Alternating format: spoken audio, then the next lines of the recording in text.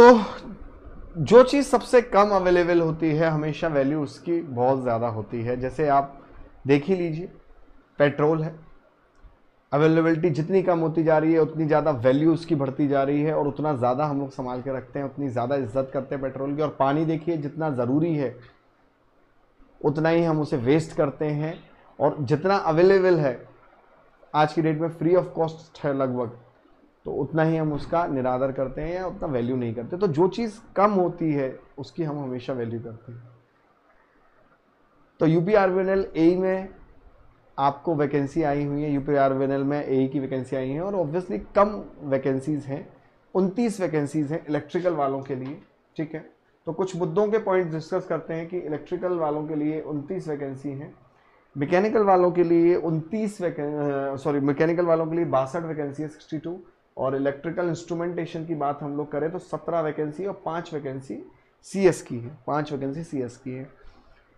बच्चे पोस्ट कम है क्योंकि ऑफिसर रैंक पोस्ट है, एक एई के अंदर कई जेई काम करते हैं और एक जेई के अंदर कई टेक्नीशियंस काम करते हैं।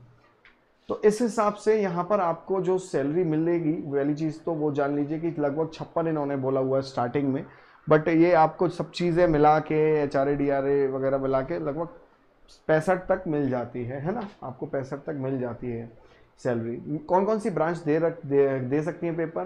तो मैकेनिकल के अंदर mechanical, production industrial engineering, production electrical, thermal mechanical, automation और पावर इंजीनियरिंग इसमें दे सकते हैं। ठीक है, अब यहाँ पर एक इम्पॉर्टेंट थोड़ी सी बात मैं करूँगा कि इलेक्ट्रिकल इंजीनियरिंग वाले तो जो ब्रांचेस इसमें अवेलेबल हैं जो दे सकती हैं वो इलेक्ट्रिकल वाले, सिंपल इलेक्ट्रिकल इलेक्ट्रॉनिक्स वाले, electrical instrumentation, control, power system, high voltage, power electronics, power engineering, ये सारे ब्रांच के बच्चे भर सकते हैं।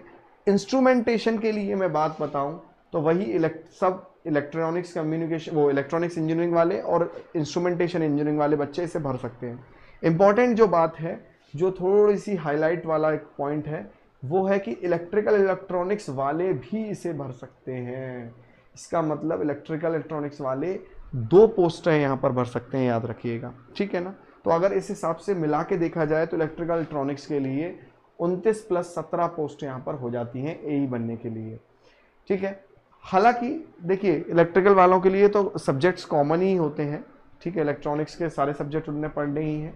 ठीक है, एक आध सब्जेक्ट बस कम्युनिकेशन भी थोड़ा सा बस डीप में आ जाता है, हालांकि ईएससी के सिलेबस में कम्युनिकेशन है तो उसे पढ़ना ही पड़ जाता है इलेक्ट्रिकल वालों को। ठीक है, तो यहाँ पर हम लोग बात करें और मुद्दे की बात सीधी सीधी कि देखिए आपका यहाँ पर फॉर्म 1080 का फॉर्म है। ठीक है, और अगर आप SC कैटेगरी से हैं तो 826 का फॉर्म है ये, और फिर डॉक्यूमेंट वेरिफिकेशन होगा पेपर क्रैक करने के बाद। मेन है इसकी डेट, हम लोग समझते हैं कि डेट कितनी हम लोग इसमें देखिए डेट हम लोग देख लेते हैं कि कब से भरना ये यहाँ पर शुरू हो रहा है। 23, ध्यान से देखिए, 23 मई से 10 बजे से ये शुरू हो रहा है कार्यक्रम भरना फॉर्म का, और क्लोजिंग डेट है 14 जून।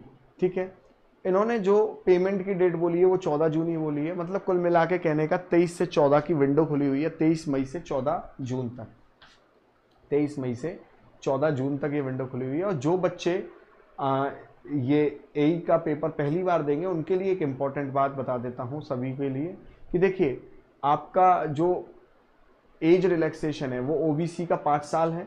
ठीक है ना, आप यहाँ पर देख सकते हैं यहाँ एज रिलैक्सेशन दिया हुआ है। ठीक है, SC OBC non creamy layer को 5 साल की छूट है सीधी सीधी। ठीक है ना, क्लियर है बच्चे? तो यहाँ पर अगर आप लोग इस कैटेगरी से बिलोंग करते हैं तो 5 साल तक की आपको छूट है, और अगर आप जनरल हैं तो आप 40 साल तक अधिकतम इसे भर सकते हैं। ठीक है ना, 40 साल तक के हैं तो भर सकते हैं, तो अच्छी खासा एक उम्र इसमें रहती है। फिर मैं पैटर्न की बता देता हूँ, खासकर उन बच्चों के लिए जो पहली बार अभी इसे देंगे बच्चे। ठीक है ना, पहली बार देंगे तो पूरा पेपर पैटर्न यहाँ पर मैं आपको बता देता हूँ। देखिए 150 क्वेश्चन टेक्निकल के आएंगे। ठीक है, चाहे आप किसी भी ब्रांच के हों, और 50 क्वेश्चन नॉन टेक के आएंगे, और पेपर एक ही दिन होता है, 200 नंबर का इस तरीके से पेपर हो जाएगा ये। ठीक है, 0.25 नेगेटिव मार्किंग है और 1 मार्क्स आपको अवॉर्डेड है सही आंसर पे। ठीक है, और सिलेबस सीधा का सीधा मेंशन करते हैं ये लोग, ज़्यादा टेंशन नहीं पालते। गेट 2022 सिलेबस सीधा सीधा मेंशन करते हैं कि गेट 2022 का सिलेबस है, बस दैट्स इट। तो यहाँ पर आपको मेन बातें पता चल गई हैं सारी, और वीडियो को अननेसेसरी लंबा नहीं करते। कोई भी एक्स्ट्रा जानकारी आपको चाहिए होगी डेफिनेटली आप लोग टेलीग्राम चैनल ज्वाइन कर लीजिए और वहाँ मेरे से मिल सकते हैं। मैं चंद्र प्रकाश आप सभी लोगों का स्वागत करता हूँ अद्वैत एजुकेशन पर, ठीक है। और कोई भी परेशानी हो किसी भी पेपर से रिलेटेड आप लोग पूछ सकते हैं। तो ध्यान रखिएगा, डेट इंपॉर्टेंट है, ठीक है। 23 मई से लेके 14 जून तक आप लोगों के पास समय है, तो ज़रूर फॉर्म भरिएगा जल्दी से, लेट तक का वेट मत करिएगा। Thank you and have a nice day.